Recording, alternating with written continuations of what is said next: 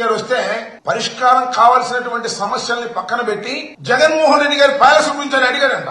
వీళ్ళు చెప్పారంట ఆయనకి బెంగళూరులో ప్యాలెస్ ఉన్నాయండి, తాడేపల్లిలో ప్యాలెస్ ఉందండి, హైదరాబాద్ లో ప్యాలెస్ ఉందండి, పులివెందుల్లో ప్యాలెస్ ఉన్నాయండి. మేము అనుకుంటున్నాం అమిత్ షా గారు ఇవన్నీ అడిగాడని మేము అనుకోవట్లా. వీళ్ళు రాయటం మాత్రం ప్రచారం ఏ సందు దొరికినా జగన్మోహన్ రెడ్డి గారి మీద బురద జల్లుదాం.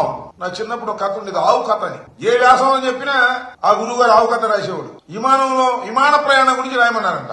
విమాన ప్రయాణం చేస్తున్నాను, కిటికీ పక్క నుంచి కిందకు చూశాను, ఆవు కనపడింది, ఆవు తెల్లగా ఉన్నాను, ఆవు పాలించను. ఈ రకంగా ఆవు కథలాగా జగన్మోహన్ రెడ్డి గారి మీద బురదల్లేటటువంటి కార్యం. ఇవాళ అమిత్ షా గారు ఆ సమస్యల పరిష్కారం కాకోకుండా జగన్మోహన్ రెడ్డి గారి మీద బురదల్లి రాతలు రాయి ఒక భాష ఒకసారి చెప్పింది అది లింగం లేని వారి. రెండవది అది మనం చేసుకున్నాం అని. రెండవది పూలింగ్ లో ఒక అక్రమ కట్టడం, కరగట్టు దిగువన ఉన్నటువంటి ఒక అక్రమ కట్టడంలోకి మీరు సాక్షాత్తు హోంమంత్రి గారిని తీసుకెళ్లి అక్కడ విందు పెట్టి మరి అక్కడ చెప్పాలి, అయ్యా ఇందులో కాజేశాం, ఓ భయ కూడా లేకోకుండా మొత్తం మింగేశాం, తండ్రి కొడుకు ఇద్దరం కలిసి అక్కడే మేము ఇస్తున్నామని. బాగుంటే కాదు, మన గొడవలు మొత్తం మా బెడ్లన్నీ తడిసిపోయినాయి, మా కింద ఫ్లోర్ అంతా తడిసిపోయింది, మీరు కూర్చున్నటువంటి ప్రదేశంలోనే 5 అడుగుల నీరు ఎక్కింది, ఇలాంటి కృష్ణమును అక్కడ మేము నివసిస్తున్నాము అని మీరు లోకేష్ అడుగుతున్నారు, ఏమండి మీరు విశాఖపట్నంలో కట్టినటువంటి ఏం చేస్తారు మీరు అని అడిగితే, ప్రభుత్వ స్థలాల్లో ప్రభుత్వంతో కట్టించినటువంటి భూముల్ని కాదు బంగళాలని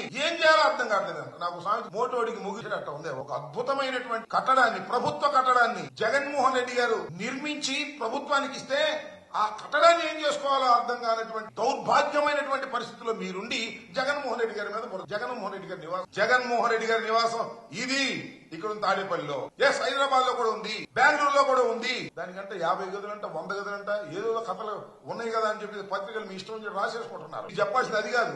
అయ్యా మాకు హైదరాబాద్ లో ఇంతవరకు చంద్రబాబు నాయుడు గారు ఇల్లు కట్టుకున్న ఇల్లు హైదరాబాద్ లో ఎవరికైనా చూపించారా? ఎస్ జగన్మోహన్ రెడ్డి గారు తాడేపల్లిలో ఇల్లు కట్టుకున్నారు.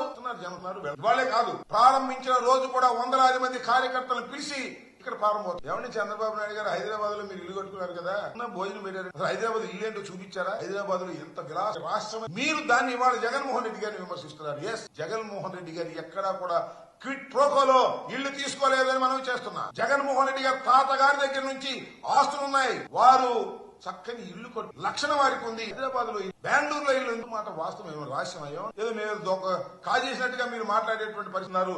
చివరికి ఒక అక్రమ నిర్మాణంలో నివసిస్తున్నటువంటి నారా చంద్రబాబు నాయుడు గారు ఈ విధంగా మాట్లాడడం సరైనటువంటి పద్ధతి కాదు. వారి ఆస్తి ప్రోకోలో కొట్టేసి వాళ్ళ జగన్మోహన్ రెడ్డి గారు మాట్లాడడం అనేది సమంజసమైనటువంటి అంశం కాదని కూడా చెప్పదలుచుకున్నాను. విశాఖ ప్లాంట్ మాట్లాడు దాని పరిష్కారం కూడా సమస్య కూడా ఇవాళ బాతాకానీగా కబుర్లు మాట్లాడుగా ఉన్నటువంటి పత్రికల్లో పెద్ద పెద్ద హెడ్ దిగజారిపోయే వాళ్ళ హోంమంత్రి వస్తే సమస్యల పరిష్కారాన్ని ప్రయత్నించకుండా జగన్మోహన్